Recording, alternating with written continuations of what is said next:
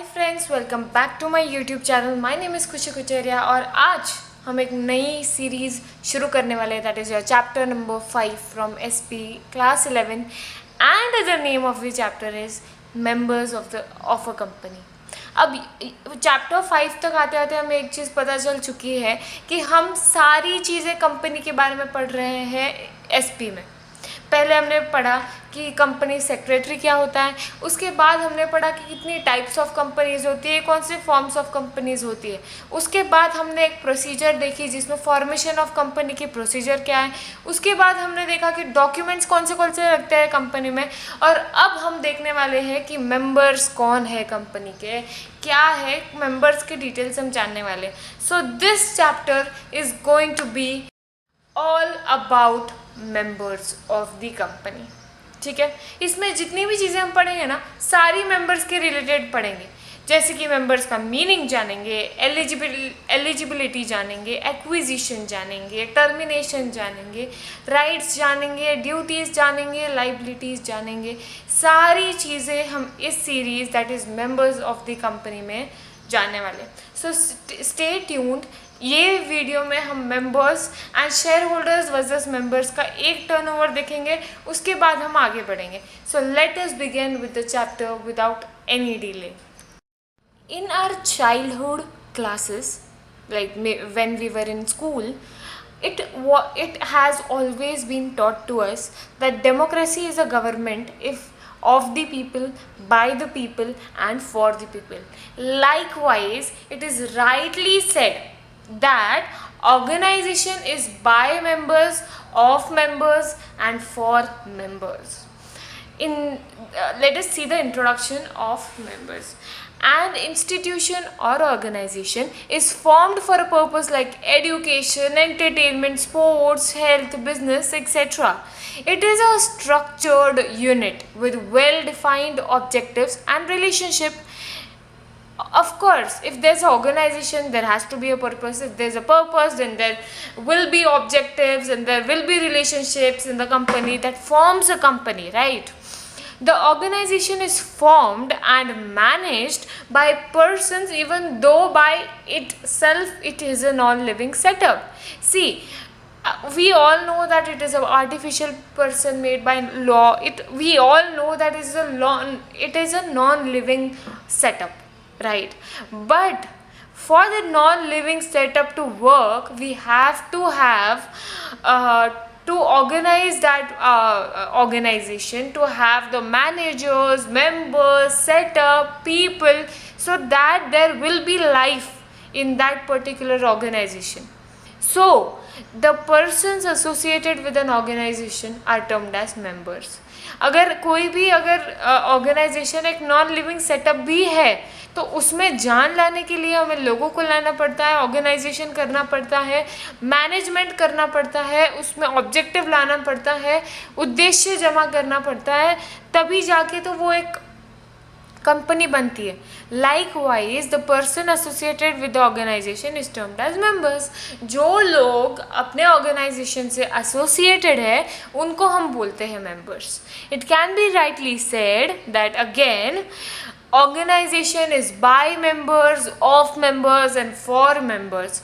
Member से ही बनाया है, मेंबर के लिए ही बनाया है। Let's understand the concept of membership of joint stock company.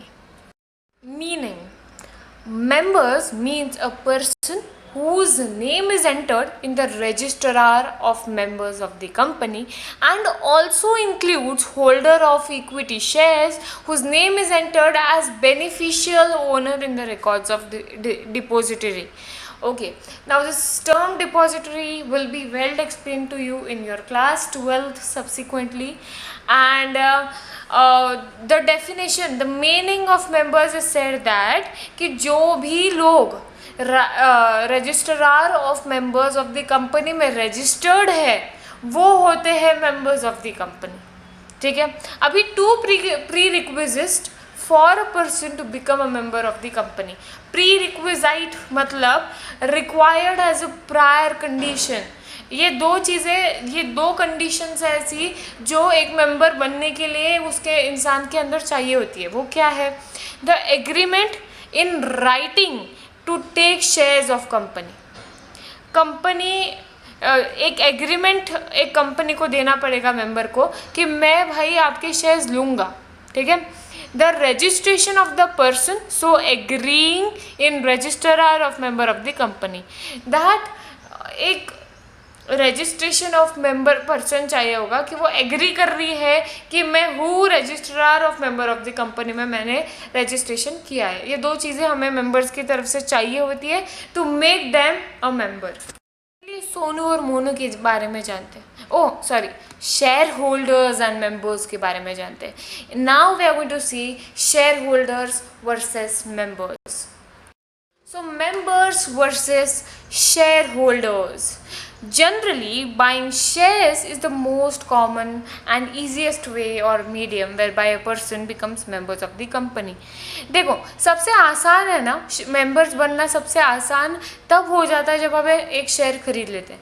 Share खरीदते ही और उसकी प्रोसीजर करते ही मैं उस कंपनी की मेंबर बन जाती हूँ.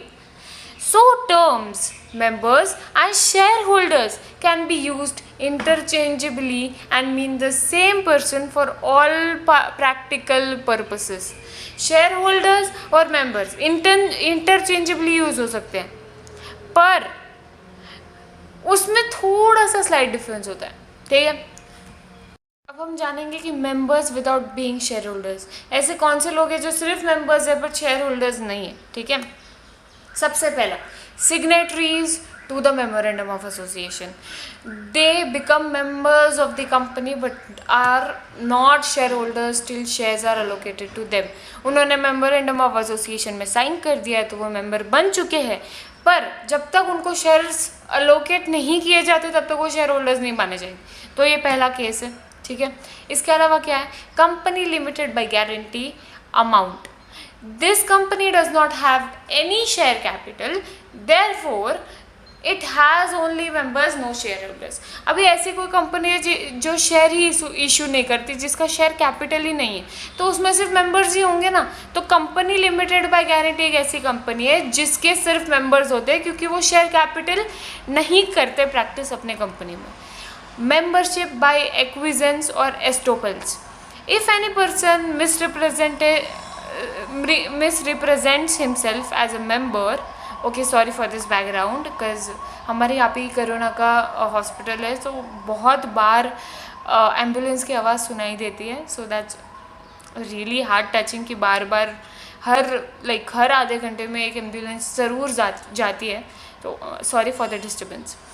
Any let's start from the beginning. If any person misrepresents himself as a member, shall be stopped from refuting his position subsequently and is held liable as a member even though he is not a shareholder. A person who knowingly permits entering his name in the register. मुझे पता है कि आप पूरी तरह से confuse हो चुके हैं ये क्या है, तो मैं आपको समझाती हूँ in very simple English language. क्या होता है मेंबरशिप बाय एक्विजेंस, ठीक है. If a person's name is improperly, गलत तरीके से entered in the registrar of members and the exercises rights of membership such as attending company meetings. अभी एक इंसान है, अगर उसका नाम गलत तरीके से रजिस्ट्रार ऑफ मेंबर्स में डाला गया हो और वो जानकर वो मीटिंग्स अटेंड कर रहा है, डिविडेंड ले रहा है, तो ये सारी प्रैक्टिसेस वो कर रहा है इलीगल, गलत तरीके से. इस केस में वो शेयर होल्डर नहीं माना जाता बट मेंबर माना जाता है, ठीक है. में देखा था ना ट्रांसफ़र ऑफ शेयर्स. जो ट्रांसफ़र करता है ना, हमने पढ़ा कि जो ट्रांसफ़र करता है शेयर्स वो हो जाता है, वो रह जाता है सिर्फ मेंबर्स, और जिसको ट्रांसफ़र हो गया वो हो जाते हैं शेयर होल्डर्स. बट जिसको ट्रांसफ़र हुआ है वो तो अभी सिर्फ शेयर होल्डर ही है, वो तो मेंबर नहीं है. वो तीनों भी केस में लागू होता है. तो ये जो तीन लोग हैं इनसे जिसमें ट्रांसफ़र हुआ है ना शेयर्स, वो होंगे share holders but not members. जब तक किसी ऑफिशियल रिसीवर, किसी ट्रांसफरी या फिर किसी इंसॉल्वेंट लीगल हायर को मेंबरशिप भी ट्रांसफ़र नहीं हो जाती, तब तक वो सिर्फ शेयर होल्डर रहेंगे और मेंबर्स नहीं। I hope you are getting my point, मैं क्या बोल रही हूँ। एक बार पढ़ते हैं। The transferee that is buyer of the shares, मतलब अगर मैं शेयर्स आपको सेल कर रही हूँ तो आप हो ना बायर, अब भी मैं सिर्फ मेंबर रह गई, आप शेयर होल्डर हो गए। जब मेरा ट्रांसफ़र हो जाएगा नाम आपसे, तो आप शेयर होल्डर भी हो जाओगे, मेंबर भी हो जाओगे, करेक्ट ना। तो अभी आप, जैसे कि आप कौन हो, शेयर होल्डर के परचेसर हो ना आप, मैंने सेल किया, तो आप फिर ऑफिशियल रिसीवर, और in case of insolvency legal heir, in case of death as explained above, are share holders but not members of the company. I hope कि आप मेरा पॉइंट समझ पाए हो। In this way, we have covered the small introductory part of members of the company, where we have learned about meaning of members and members versus shareholders. In the next video, we are going to learn too much about it. Be tuned, stay tuned. Please appreciate your efforts. Appreciate my efforts in the comment section below, and also share it with your friends. Please, I just need your support to make a very big very big group of family that we will be owning. And thank you.